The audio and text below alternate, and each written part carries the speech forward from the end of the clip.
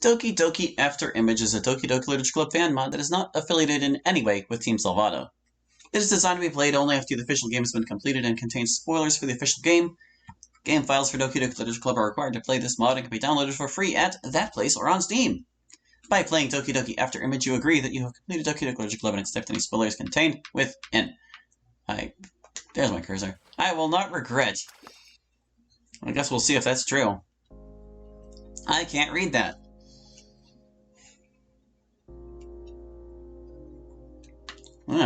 Kind of spooky.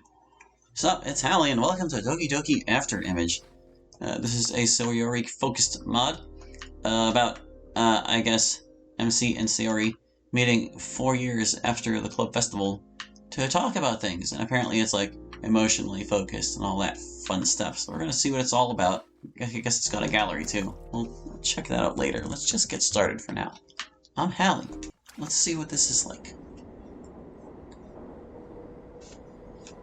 I recognize Miss Ida's silhouette. Wind is howling. With its last parade riding its horse throughout the carriage, my body abruptly leaning forward. I am surrounded by countless backpacks, suitcases, beanies, and shoes. Interrupting those glowing screens awkwardly, I step out the subway door. Walking towards the exit, I take a look at the grim sky, imprisoned by cold steels. I bury my face into my collar, and walk up the necessary steps, one by one, in order to get up there. Vehicles rushing by, right the moisture onto my face. There are a few passengers around, my eyes mostly fixed on the shining leaves while opening up my umbrella. Why do you wear such thin clothes? What? I turned to the other side of the alley. Beneath that well-worn telegraph pole, something was looming as if someone was there. However, there are no signs of walking nor wet footprints. I close my eyes, then gently open them. To notice nothing but my heart being tightly grabbed by something I can't quite describe. I walk the path with a rather anxious pace, firmly holding my rain-avoiding tool. Just call it an umbrella. Pale courtyard rails just drag my eyes there unceasingly. My increasing speed could barely fight back its strength. Memories flood in. Every step prints a dialogue. Water flows into the sewer, wave by wave.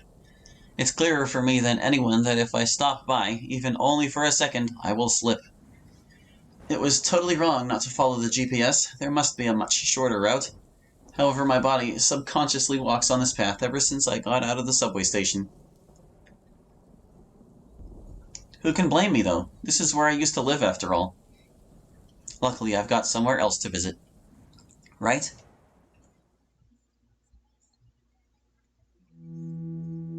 Act 1. Load me.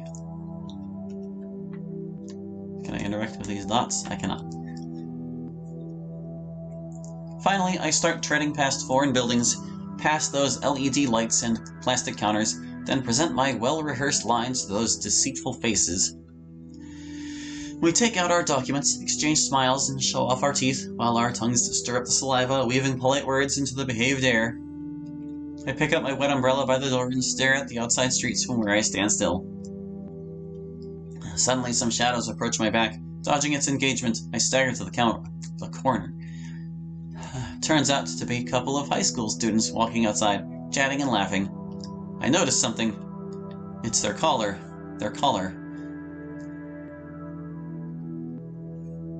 I just toss my eyes there, until the shades of red vanish behind the expanding angle between us.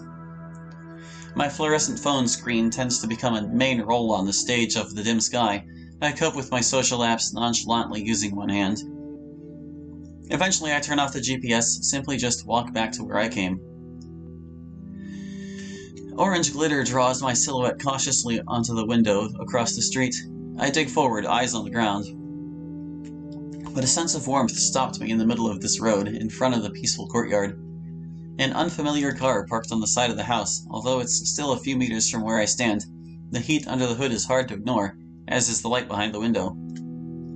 Gentle melody paints every inch of the room with its welcoming color. I could hardly recognize anything through the vague windows, but I'm sure that there are many people sitting around a big table. Must be quite a meal. Among their cheerful laughter and clangs of cutlery, 2 children are looming. You can cook? Really? Maybe you should change the word with eat. You don't believe? Don't beg me for a taste then. Leaked relaxation from the shower head slips down my eyelids, lingering with my skin towards the last corner where lights could ever reach. Highlights hop from one drop to another, blur everything around me into the soothing steam. My nerves seem to ease a little. Nothing's better than a proper hot shower after a busy yet cold, wet day. Have you brought your pillow today? I dry myself up, open the door.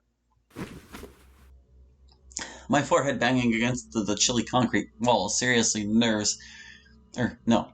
My forehead banging against the chilly concrete wall seriously, nerves resume onto the cello. Freezing air stabs into my bones with no mercy.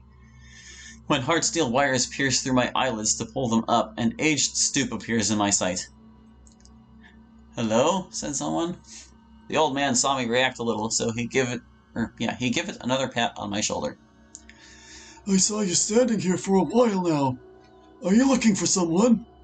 No, nothing much. Sorry, I was just spacing out. A foul taste of vertigo strikes over me. Street lamps get so gloomy. Pavement starts to curve, to fold, to intertwine, expelling my ugly figure out of this silent street.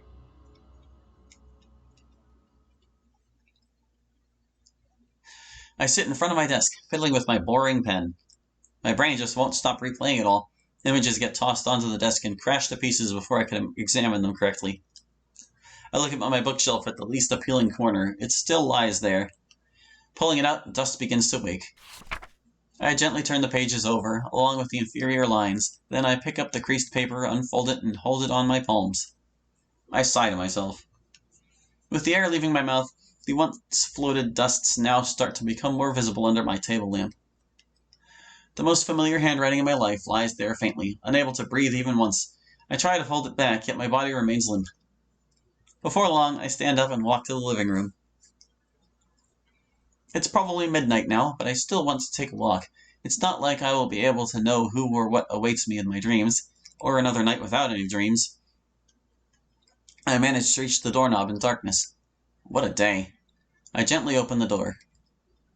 Boo, said someone. I'm caught off guard, stagger back against the doorframe, barely maintain my balance. I catch my breath and stand up to look at the doorway. What's happening? I swear I've heard something. Some cyan fog enters my door from the distant darkness outside, forming the tenderest figure in my memory at the last defense line of mine. She slowly steps out of the glim far beyond my reach, descend from the celestial like a helpless star.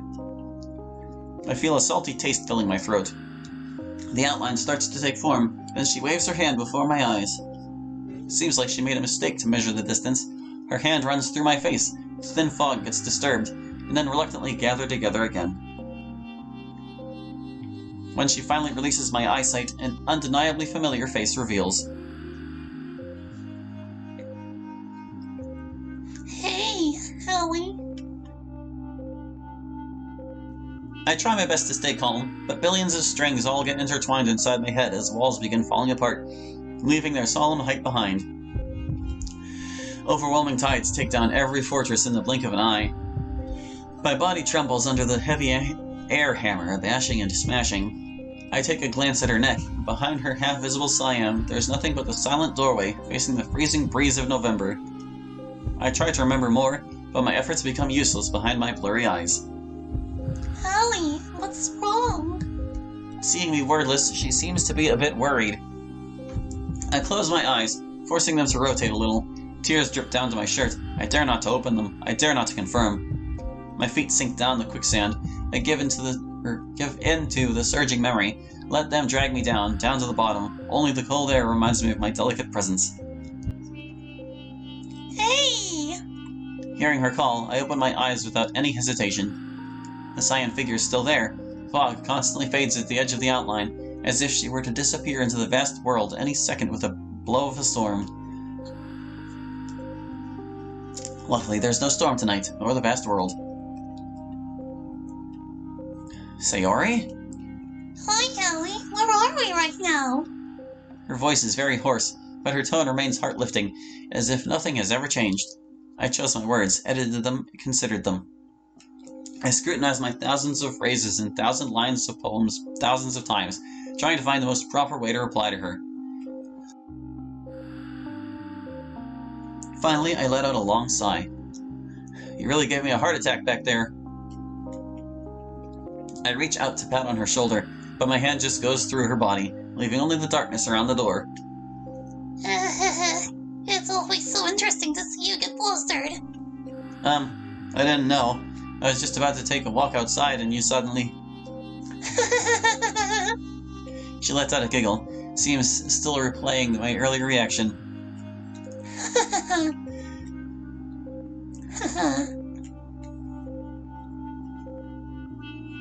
Our eyes meet as her laughter begins to dim. Even though we are standing at a close distance, my gaze seems to be carried 1,000 miles away, traveling to the end of time. Here, where even lights could not reach, I've finally found my sky-blue eyes. Although they are unable to escape the siege of stiff cyan, I remember their original color.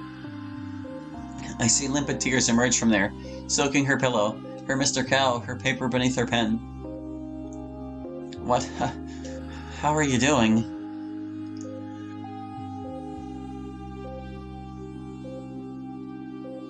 She lowers her head, tears leaking through her fingers unstoppably. Her shoulders begin to tremble. In the end, she can no longer hold it, collapses to me. I reach out to embrace her. There's nothing I can come up with at this moment. I think a hug is the best thing I can do now. But she goes right through my body as she crashes to the ground. Endless sorrow kicks in, drowning, slaughtering.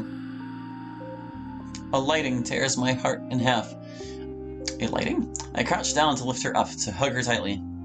But no matter what I do, there's only the stone-cold air to respond to me. Her crying is the only thing that echoes in my room. Her figure gets stirred to a mess thanks to my movement. The mist is becoming less and less visible. Panic strikes, sending a chill down my spine. I hastily close the front door, and then try to rearrange the fog into her body, or rather her shape. I put my hand on her back to comfort her. I know physics doesn't quite work the way it usually does right now, and that I'm just using my own strength to hold my hand in the air to match the pose of comforting. I hope this will somehow make her feel better, even though I don't believe in the slightest that the warmth can reach her side. But now she's by my side, and that's good. I kneel by her side. I couldn't make out a single word from her sobbing. She buries her face in her hands, her coral hair tumbles down to cover them as her bow shakes in unspeakable fear. Suddenly, I let out a bitter chuckle. Sadness and sorrow could no longer be suppressed under my throat. I memorized that Monday, the chair lying on her floor, and the weight when she fell to my arms. The rough rope still tied her neck like a wolf choking its prey, with the dried blood rusting the air. Morning lights gently penetrated her window, but they could never warm her cold body again. I'm sorry. Once again I try to reach her, but the result is all the same. It's fine. She wipes her tears away, trying her best to hold the sobbing back, then looks up at me. It wasn't your fault. I just... Her gravelly voice is barely recognizable. I can see her throat struggling under that awful bruise on her neck, as if the rope's still there. Does it hurt? She nods. Don't talk, okay? I'll get you some water. I freeze the moment I stand up. Stupid. I can only turn around to face her in awkwardness as I find her clutching the end of my jacket. I reach out to take her hand in mine with disbelief. Out of the blue, hers gets lifted up by me successfully. Sadly, there are too many details in my reality. Soon I find out that she's just cooperating. However, a small sense of warmth flows out from her fingertips. Yet it disappears before I can pay more attention to it. What? How are you doing?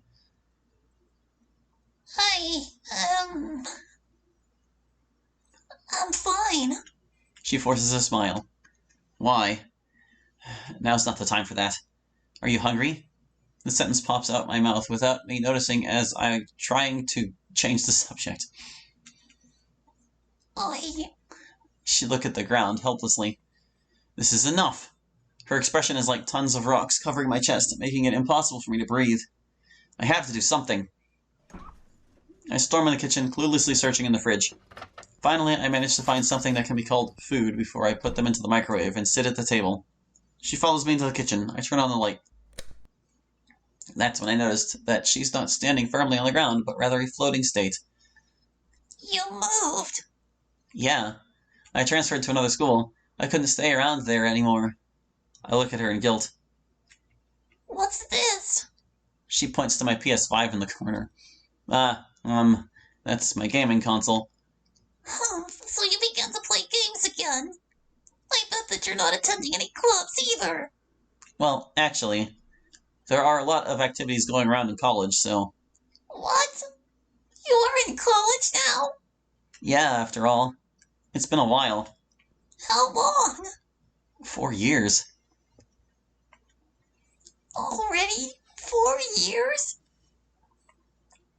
Look at you. Didn't comb, didn't shave. She walks towards me, mildly touching my face. Jeez, you are worse than me sometimes. She giggles, running her hand through my long-forgotten hair. However, it feels like nothing but the plain air. I'm speechless thinking of it. When was the last time I looked in a mirror? She was saying something, auto-ending text box.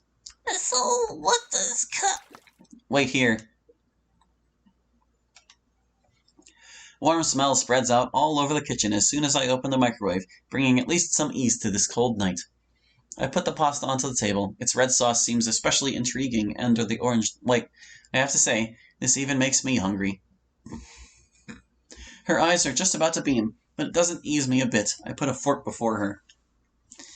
Wow, this looks really nice. Her familiar gasp rings my ears. Or by my ears. The Sayori I know fully comes back as her hand reaches the fork and prepares a pasta massacre when suddenly... The motionless metal stayed where it was like a rope tightening its knot. I clench my fists. God damn it!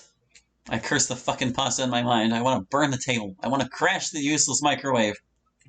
You can have it. You didn't eat on time, right? I can tell. I smile. No one knows me better than you. Otherwise, why would you bring yourself an extra fork? I take up my fork, yet I can hardly move them. Their weight is beyond all measuring, sealing all my senses. I can't move them an inch, even if I have the power to rewind day and night. Hurry, it's getting cold. Well, it's still a bit too hot right now since I heated it too long, and, I want to slap myself in the face. What kind of bad excuse is that? Anyway, I start eating. The food. It is a bit hot, to say the least, but it's not my problem to worry about.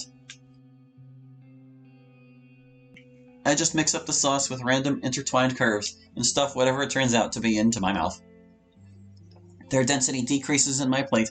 When the last minced meat vanishes behind my teeth, a tear drops to the warmth that lingers above the whiteness. I reach out to take some napkins with my mouth full of pasta. Sayori sits across the table, holding her chin. She seems... better? Your cooking is not so bad after all. She taps her finger on the table as her legs dangle below it. Her smile looks so beautiful under the only light that illuminates this empty room. How do you know? I gulp down some water, wiping my face with the napkin. I don't know. It's just that watching you eat makes me feel better. Reminds me what pasta tastes like. I guess. And the look on your face tells me everything. She'll kill me if she knew this was just some random microwave food I picked up from some random convenience store. Suddenly she coughs severely. I see her try to touch her throat. I'll drink some more. I think I'm crazy, but I guess grasping the straw is all I can do now. So I take down 3 glasses of water in one go. I notice that she's gulping too. Her facial expression seems a lot easier now. I recall everything she has done after we meet. How do I know that this is actually working, or she's just pretending to not worry me? I look at the slowly appearing smile on her face. I believe her. Any better? I smile in bittersweet. Just don't touch it, okay? It hasn't healed yet. Let me take a look. I walk over to examine her neck. Ghost cyan mist cannot hide her pain. I know what their color are supposed to be. The texture of woven rope has been imprinted into her soft skin in cold blood, turning her inner flesh out. The valley that orbits her neck is not even scabbed yet, and the blood is still seeping out from it, drip by drip. The grain shivers with her every breath, and the fiber that hasn't left her neck yet is like millions of sharp blades stabbing into the bottom of my heart without remorse. I'm sorry. It's okay, I said it. It wasn't your fault. It wasn't anyone's fault. She murmurs to herself. I take her hands, watching them. Her fingertips are stained with blood. The nail of the index finger from her right hand has been ripped over. Some fiber that still sticks on her thumb, dried to a grilled brown along with the blood. Other fingers' condition are probably worse, but I fail to remember more as my eyes water up again.